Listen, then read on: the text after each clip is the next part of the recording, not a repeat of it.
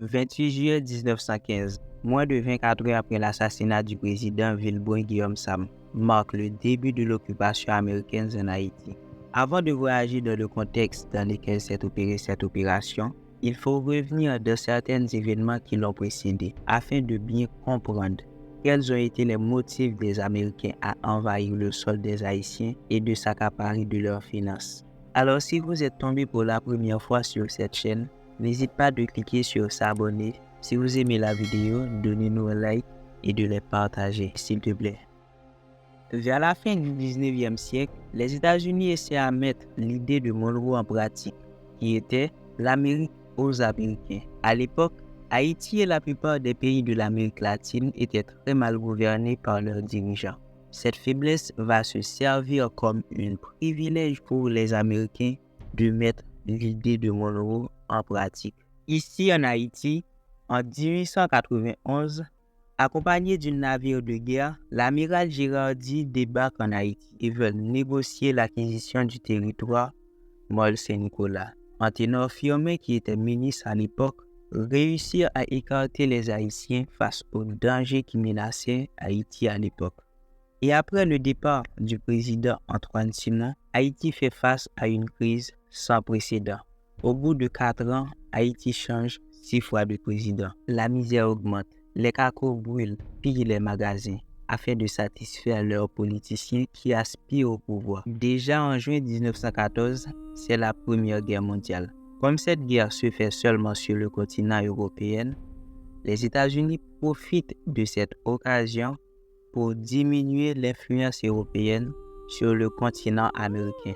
Alors, quand je dis le continent américain, on ne voit pas seulement les États-Unis. En décembre 1914, des Marines américains débarquent en Haïti et s'emparent de notre réserve d'or qui se trouve dans la Banque nationale des Haïtiens et les emportent aux États-Unis sans aucune difficulté, ce qui est une violation pour la souveraineté des Haïtiens. En février 1915, Villeboin Guillaume Sam, le cousin de Tirésia Simon Sam, rentre à Port-au-Prince avec ses partisans pour s'accaparer du pouvoir. Malgré qu'il était fait partie des condamnés du procès de consolidation, il s'est fait élire le 22 février 1915 président d'Haïti. Dès son accession au pouvoir, il est confronté à l'opposition de Rosalvo Bobo, qui était un nationaliste, ancien ministre de l'Intérieur et ennemi juré du président Villeboin Guillaume Sam. Afin de consolider son pouvoir, le nouveau président persécute ses opposants politiques en les jetant en prison. Il emprisonne des dizaines de personnalités. Parmi eux, on trouve l'ancien président haïtien Aurel Zamor, qui était hostile à sa politique. Cette situation a causé un grand soulèvement populaire, ayant pour objectif de renverser le gouvernement de Villeboin Guillaume Sam. En réaction, le président ordonne à Charles Oscar Etienne, qui était commandant de l'arrondissement de Port-au-Prince, d'exécuter 167 prisonniers politiques. Parmi ceux qui sont exécutés, on trouve l'ancien président Aurel Zamor. Le lendemain, la foule qui était en colère attaque le palais présidentiel et s'empare de Charles Oscar Etienne et le tue.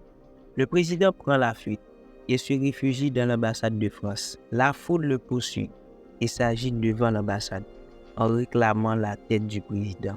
Malgré les efforts menés par l'ambassade, la foule finit par envahir l'ambassade, s'empare du président, le traîne dehors où il sera lynché par la foule, ce qui va se servir comme un prétexte pour les Américains d'envahir le sol des Haïtiens.